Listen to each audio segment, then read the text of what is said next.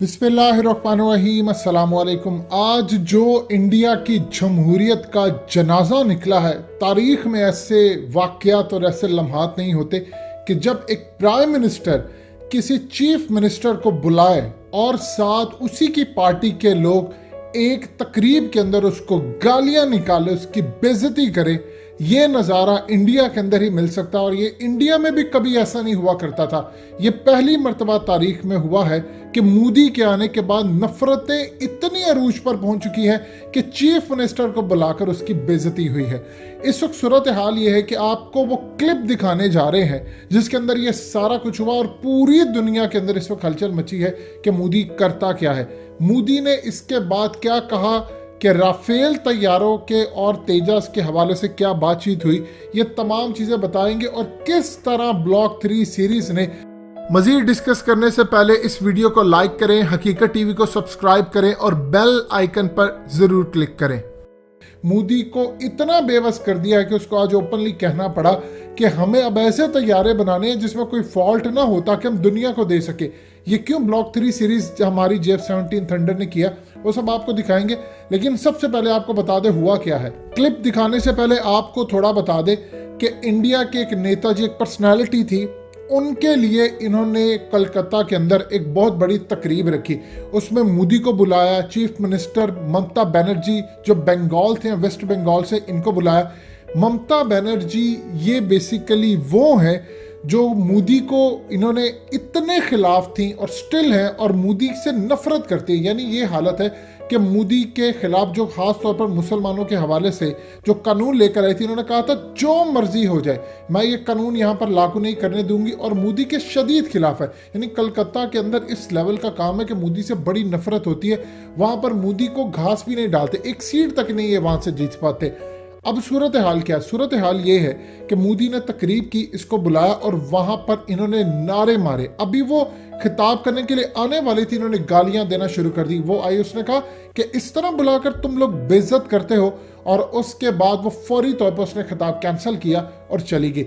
ये क्लिप सुनिएगा और एक चीज आप ज़हन में रखिएगा क्लिप देखते हुए कि आपको पता हो कि यही चीफ मिनिस्टर थी जिन्होंने कहा था पुलवामा ड्रामे के बाद और स्ट्राइक के बाद कि कहां पर जाकर आपने पाकिस्तान में स्ट्राइक किया है।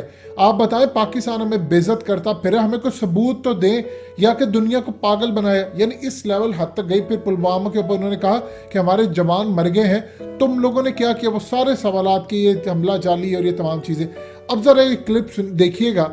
इस क्लिप को आपने गौर से देखना है किस तरह इनकी बेइज्जती की गई। फिर आपको वो मोदी वाला क्लिप दिखाते हैं जिसके अंदर वो पाकिस्तान को भी धमकियां दे रहा है, चाइना के हवाले से भी बातचीत कर रहा है, और क्या राफेल और JF-17 थंडर के हवाले से मामला है वो भी दिखाते हैं। ये जरा क्लिप देखिएगा। ধন্যবাদ জানাই মাননীয় মন্ত্রীকে। এবারে পশ্চিমবঙ্গের মাননীয় মুখ্যমন্ত্রী শ্রীমতী মমতা ব্যানার্জিকে অনুরোধ জানাবো তার বক্তব্য রাখার জন্য। अब हम स्वागत करना चाहेंगे माननीय मुख्यमंत्री ममता बनर्जी का मंच पर।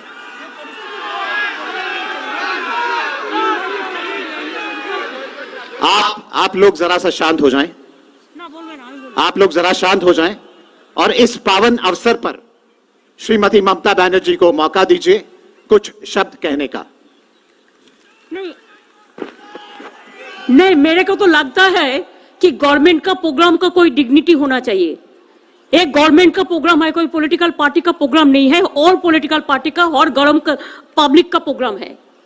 मैं तो आभारी हूं प्रधानमंत्री जी का, कल्चरल मिनिस्ट्री का, कि आप लोगों ने कोलकाता में प्रोग्राम बनाया, लेकिन किसी को आमंत्रण करके, निमंत्रित करके उसको बेइज्जत करना ये आपको शोभा नहीं देता। मैं फिर आप लोगों को कहेंगे, यही on protest of that I am not telling anything. जय हिंद, जय बांग्ला।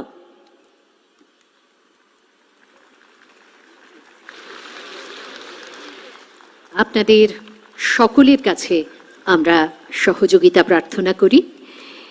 এইবারে आपने क्लिप देखा, अब आप अंदाजा कर ले किस लेवल पर आप एक चीफ मिनिस्टर को बुलाएं, उसी की स्टेट के अंदर जाएं, उसको बेइज्जती करें। और ये तमाम जो लोग थे ये बीजेपी के अपने कारकुन थे जो बुलाए हुए थे। ये ऐसा नहीं है कि उन्होंने किया, ये असल में बुलाकर मोदी ने इनको बेइज्जत करवाया और ये प्लान ये था कि जब तक ये स्पीच करती रहेंगी, ये नारे मारते रहेंगे, लेकिन वो समझदार थी, उन्होंने आकर देखा माहौल ख़राब है, वो फौरी तौर पर चली गई।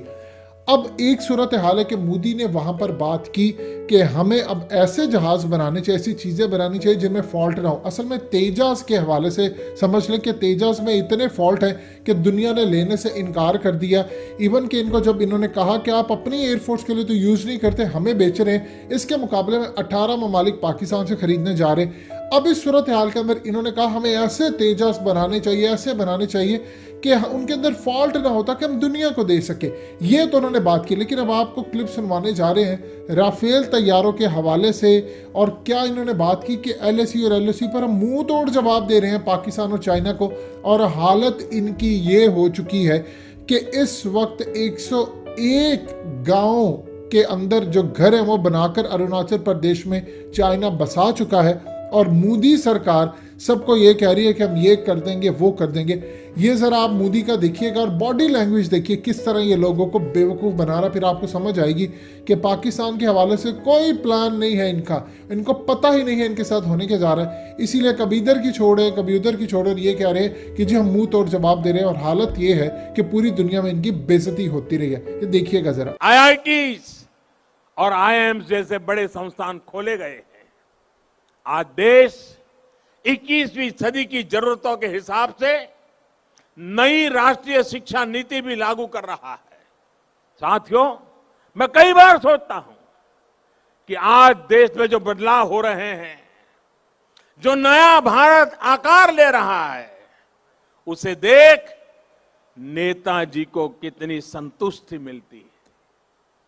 उन्हें कैसा लगता जब वो दुनिया की सबसे आधुनिक टेक्नोलॉजीज में अपने देश को आत्मनिर्भर बनता देखते। उन्हें कैसा लगता जब वो पूरी दुनिया की बड़ी बड़ी कंपनियों में, शिक्षा में, मेडिकल सेक्टर में भारतीयों का डंका बजते देखते।